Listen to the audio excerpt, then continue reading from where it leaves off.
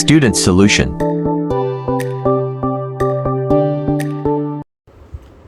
बिस्मिल्लाहिर्रहमानिर्रहीम अल्लाहुम्मा सल्ली अला मुहम्मदिन व आले मुहम्मद व अजिल फ़रजहुम। अस्सलामु अलैकुम डियर स्टूडेंट्स, क्या हाल हैं? उम्मीद है आप सब ठीक होंगे। तो 9 और 10 मुहर्रम की स्टूडेंट्स जैसा कि छुट्टी थी, तो अभी इंशाल्लाह जो रिमेनिंग हमारे पार्ट्स रह गए थे, क्वेश्चन नंबर 7, 8, 9, 10 अप टू 12 तक, ये नेशनल बुक फाउंडेशन के अंदर क्लास 9th में हमारे कंसेप्चुअल क्वेश्चंस के अंदर हम बात कर रहे हैं आज क्वेश्चन नंबर 7 की। तो स्टूडेंट्स, क्वेश्चन नंबर 7 जो है हमारा, that is differentiate between mechanical and digital stop watch. इसके अंदर हमें ये बताना है कि मैकेनिकल स्टॉप वॉच और डिजिटल स्टॉप वॉच क्या होती हैं। तो स्टूडेंट्स, लास्ट टाइम हमने प्रीवियस लेक्चर में ये बात की थी स्टॉप वॉच के सेगमेंट के अंदर कि स्टॉप वॉच बेसिकली एक ऐसा इंस्ट्रूमेंट है जिसके अंदर हम टाइम के बहुत छोटे छोटे इंटरवल्स को मेजर कर सकते हैं। तो यहाँ पे हमारे पास, जैसा कि हमने लास्ट टाइम बात की थी, कि दो तरह की स्टॉप वॉच होती हैं। नंबर 1 जो है वो है मैकेनिकल स्टॉप वॉच और दूसरी है डिजिटल स्टॉप वॉच। तो जब हम डिफरेंस बताएंगे मैकेनिकल और डिजिटल स्टॉप वॉच का, तो स्टूडेंट्स इसके अंदर जो हम चीज़ लेंगे वो इसके लीस्ट काउंट की वजह से हम इसका डिफरेंस डिफ़ाइन करेंगे कि क्या डिफरेंस है इन दोनों के दरमियान में। तो मैकेनिकल स्टॉप वॉच जो है उसका, जैसा कि हमने लास्ट टाइम डिस्कस किया था, कि मैकेनिकल स्टॉप वॉच का जो लीस्ट काउंट है वो अप टू 0.1 सेकेंड है, यानी कि सेकंड के 10वें हिस्से तक। और अगर हम डिजिटल की बात करते हैं, डिजिटल जैसे हमारे मोबाइल्स वगैरह के अंदर होती है, मैकेनिकल की हमने तफसील के साथ बात की थी कि इसके अंदर सुइयाँ लगी होती हैं और 2 डायल होते हैं, 1 मिनट्स और सेकंड। जो डिजिटल्स है जिसके ऊपर डिजिट्स होते हैं, इसका जो लीस्ट काउंट है वो है 0.01 सेकेंड। तो सो वी कैन से कि हमारे पास जो ज़्यादा अच्छी स्टॉप वॉच होती है वो 0.01 सेकेंड, यानी कि सेकंड के 100वें हिस्से तक जो हमें लीस्ट काउंट देती है, वो कौन सी है? Digital stop watch. तो मेन डिफरेंस क्या है स्टूडेंट्स कि जो मैकेनिकल स्टॉप वॉच है उसका लीस्ट काउंट 0.1 सेकेंड यानी सेकंड के 10वें हिस्से तक है, और डिजिटल स्टॉप वॉच का 0.01 सेकेंड है, ये क्योंकि सेकंड के 100वें हिस्से तक हमें पैमाइश अच्छी तरह से देती है। नेक्स्ट स्टूडेंट्स, अगला क्वेश्चन है हमारा, how measuring cylinder use to measure volume of irregular shape stone. कि अगर हमारे पास कोई इरेगुलर शेप स्टोन है, कोई इरेगुलर शेप ऑब्जेक्ट है, तो हम उससे उसका वॉल्यूम कैसे फाइंड कर सकते हैं? Bye using measuring cylinder. तो यहाँ पे स्टूडेंट्स आपको डायग्राम के अंदर मेजरिंग सिलेंडर्स नज़र आ रहे हैं। तो इसमें सबसे पहले जो हम काम करते हैं वो ये होता है कि हम मेजरिंग सिलेंडर्स के अंदर कुछ पानी डालते हैं। जैसे यहाँ पे हमारे पास 20 ml यहाँ तक जो इसका लेवल होता है, जैसे हमने बात की थी इसके अंदर मेजरिंग सिलेंडर वाले टॉपिक के अंदर तफसील के साथ हमने बात की थी वीडियो के अंदर, कि जो हमारे पास मेजर हम करते हैं मेजरिंग सिलेंडर के अंदर वॉल्यूम, वो क्यूबिक सेंटीमीटर में होता है या मिलीलीटर में होता है। तो आज का जो हमारा क्वेश्चन है ये है कि आपके पास अगर एक इरेगुलर शेप ऑब्जेक्ट है, कोई स्टोन वगैरह है, तो आप उसका वॉल्यूम कैसे फाइंड करेंगे? Bye using measuring cylinder. तो बहुत सिंपल मेथड है स्टूडेंट्स। इसके लिए सबसे पहले हमने मेजरिंग सिलेंडर्स के अंदर जो है वो कुछ पानी डालना है और हमने वो लेवल नोट कर लेना है जहाँ तक पानी है। जैसे आपको नज़र आ रहा है यहाँ पे ये डायग्राम के अंदर कि पानी का जो लेवल है वो तकरीबन 20 ml है। तो हम इसको बोलेंगे V1 is equal to 20 ml। फिर उसके बाद हमने जो वॉल्यूम मेजर करना है जिस ऑब्जेक्ट का इरेगुलर शेप का, जैसे यहाँ पे आपको ये रेड कलर का हमने इसको बनाया है, ये एक इरेगुलर शेप स्टोन है। हम इसी पानी के अंदर जो 20 ml हमारे पास वॉल्यूम था V1, जब इसके अंदर हम इसको पुट करेंगे इस इरेगुलर शेप स्टोन को, तो ये पानी का लेवल ऊपर की तरफ जाएगा। जैसा यहाँ पे आपको नज़र आ रहा है कि ये 30 ml पे पहुँच गए। तो 30 ml जो होगा वो सेकंड वॉल्यूम होगा, इसको हम V2 कहेंगे। ये इनिशियल वॉल्यूम है, ये हमारे पास V2 सेकंड वॉल्यूम है। उसके बाद हमने क्या करना है कि स्टूडेंट्स देखना है कि अब जो प्रीवियस वॉल्यूम था हमारे पास V1, इसको हमने इस न्यू वॉल्यूम में से माइनस कर देना है। If we want to measure the volume of irregular shape object, तो उसके लिए हम V2 में से V1 निकाल देंगे। V2 हमारे पास जो न्यू वॉल्यूम था वो 30 है, और V1 जो ओल्ड वॉल्यूम था हमारे पास दैट इज़ 20। तो V2 minus V1 30 minus 20 ml that is equal to 20 ml। तो ये 10 ml 10 ml जो है ये इस इरेगुलर शेप स्टोन का वॉल्यूम होगा। तो यहाँ पे स्टूडेंट्स नेक्स्ट हमारा क्वेश्चन है number 9, what precautionary measures we should be use while taking the reading on measuring cylinder. जब हम मेजरिंग सिलेंडर के ऊपर ही रीडिंग्स ले रहे होते हैं, वॉल्यूम मेजर कर रहे होते हैं किसी लिक्विड का, किसी पाउडर का, किसी भी सॉल्यूशंस का, या जैसे यहाँ पे भी हम इरेगुलर शेप ऑब्जेक्ट का ले रहे थे, तो इसके लिए प्रिकॉशनरी मेजर क्या है। तो स्टूडेंट्स यहाँ पे दो मेन हम डिस्कस करेंगे। पहली जो प्रिकॉशनरी मेजर है यानी एहतियाती तदाबीर, वो ये है कि place the measuring cylinder on a flat surface, कि आपने अपने मेजरिंग सिलेंडर्स को एक बिल्कुल फ्लैट सरफेस के ऊपर रखना है, ऐसे ना, यानी कि बिल्कुल फ्लैट सरफेस हो, उसमें कोई अप डाउन नहीं होना चाहिए।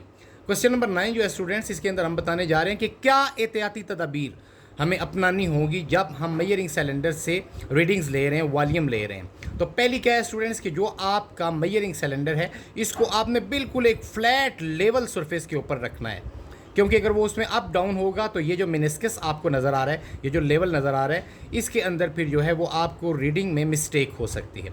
तो फर्स्ट क्या है, place the measuring cylinder on a flat surface. Second जो है, position the eye at same level as the bottom of the meniscus. यहाँ पे स्टूडेंट्स ये मिनिस्कस जो आपको नज़र आ रहा है, ये यहाँ पे आपने इसकी जो बॉटम वाली साइड है बिल्कुल अपना आई साइट यहाँ पे रखना है, इस जगह पर, यहाँ पर आपने आई साइट रखना है। अगर आप इसको ऊपर की तरफ से देखेंगे या नीचे की तरफ से ऐसे देखेंगे तो वो आपकी रीडिंग जो है उसमें बहुत ज़्यादा गलती आ सकती है, वो फिर एरर उसमें हो जाएगी। यहाँ पे इसलिए ये आपकी बुक के अंदर भी डायग्राम बनी हुई है कि अगर आप को ऐसे नीचे से देख रहे हैं, आपका आई साइट ऐसे है, तो फिर भी आप जब इसकी रीडिंग नोट करेंगे तो एक्चुअल रीडिंग से वो बहुत डिफरेंट आएगी, उसके अंदर एरर होगी। और इसी तरह से अगर आप बिल्कुल ऐसे स्ट्रेट इसके सामने रखेंगे, जैसे हमने बात किया कि position the eye at same level as the bottom of the meniscus, इसको हम मिनिस्कस बोलते हैं, ये जो आपको नज़र आ रहा है, इसकी जो बॉटम है यहाँ पे बिल्कुल इसके सामने आपने आई साइट रखना है। तो ये स्टूडेंट्स दो एहतियाती तदाबीर हैं जो हम लेते हैं वाइल टेकिंग वॉल्यूम और reading by using measuring cylinder. तो थर्ड वन आगे हमारे पास है स्टूडेंट्स, क्वेश्चन नंबर 10। तो why do we need significant figure.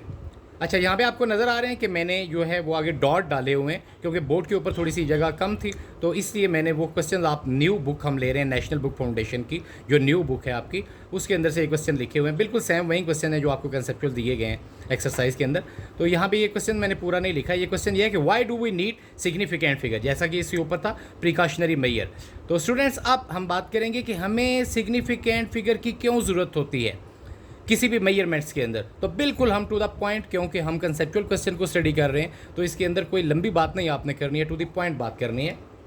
Y do we need significant figure, तो यहाँ पे more significant figure give more precise value. जितनी ज़्यादा आप सिग्निफिकेंट फिगर्स लेंगे उतनी ज़्यादा आपकी वैल्यू करेक्ट होगी, वो प्रिसाइज वैल्यू होगी आपकी। सिग्निफिकेंट फिगर जितने ज़्यादा होंगे उतना मेजरमेंट्स के अंदर आपकी गलतियाँ कम होंगी। तो ये है स्टूडेंट्स के so we need significant figures by taking a measurements. Second last question है हमारा number 11, how random error can be reduce. Random error जिनकी हमने बात की थी कि आइदर में भी पॉजिटिव और नेगेटिव ये हो सकती हैं, इनको रिड्यूस कैसे कर सकते हैं। तो स्टूडेंट्स एरर्स के अंदर हमने तफसील के साथ इनकी बात की थी, यहाँ पे भी हम मुख्तसर इसकी बात करते हैं कि रैंडम एरर से कैसे हम बच सकते हैं। तो random error can be reduce by taking repeated measurement. अगर आप रैंडम एरर से बचना चाहते हैं तो इसके लिए आपने अपने मेजरमेंट्स को एक दफ़ा नहीं लेना है, एटलीस्ट 5 या 6 दफ़ा लेंगे, और फिर उसके बाद क्या करना है, एंड एवरेजिंग रिजल्ट्स, और फिर उन तमाम रिजल्ट्स का आपने एवरेज लेनी है। जैसे फॉर एग्जांपल आप टाइम पीरियड ले रहे हैं अगर सिंपल पेंडुलम के अंदर, तो आपने नंबर ऑफ ऑसिलेशन 6 या 7 ले लिए हैं, फिर आपने हर दफ़ा का जो टाइम पीरियड आ रहा है वो नोट करते जाएंगे, और फिर उन सारों को सम अप करके हम डिवाइड कर देंगे टोटल नंबर ऑफ ऑब्जर्वेशन के साथ, 6 या 7 है, यानी हमने एवरेज लेनी है। तो स्टूडेंट्स रैंडम एरर को कैसे हम रिड्यूस करते हैं, कैसे मिनिमाइज़ करते हैं, बिल्कुल सिंपल के random error can be reduce by taking repeated measurements. आपने मेजरमेंट्स को रिपीट करना है, ज़्यादा मेजरमेंट्स लेनी है, एटलीस्ट 5-7 मेजरमेंट्स लेनी है, फिर उनकी एवरेज निकाल लेनी है। जो एवरेज रिजल्ट्स होगा that is acceptable, that is close to the real answer. उसके बाद है number 12, differentiate between precision and accuracy. यहाँ पे जैसे मैं बात कर रहा हूँ, बोर्ड के ऊपर जगह नहीं है स्टूडेंट्स, तो हमने यहाँ पे प्रिसिशन लिखा है, आगे इसके होगा एंड ऑक्यूरेसी, यानी डिफरेंस आपने बताना है प्रिसिशन और एक्यूरेसी के क्या दरमियान क्या डिफरेंस है। तो ये हमने तफसील से बात भी की थी, यहाँ पे हम दोबारा से इसको ले रहे हैं। Accuracy measure how close measurement to the true value, कि जो आपकी ट्रू वैल्यू होती है, एक्सेप्टेड वैल्यू होती है, उसके कितना नज़दीक आपका आंसर आ रहा है, ये एक्यूरेसी हमें बताती है। यानी हम बताने जा रहे हैं एक्यूरेसी और प्रिसिशन के दरमियान में क्या फ़र्क है। तो स्टूडेंट, एक्यूरेसी बेसिकली क्या है, जैसे आपका करेक्ट जो आंसर है वो 10 है, आपका अगर फॉर एग्जांपल 9.5 आ रहा है या 10 ही आ रहा है, तो वो क्लोज है to the real answer, that is accurate. Accuracy measure, accuracy क्या मैयर करती है, how close measurements to the true value, कि जो ट्रू वैल्यू आपकी मेजरमेंट्स उसके कितना क्लोज आ रही हैं।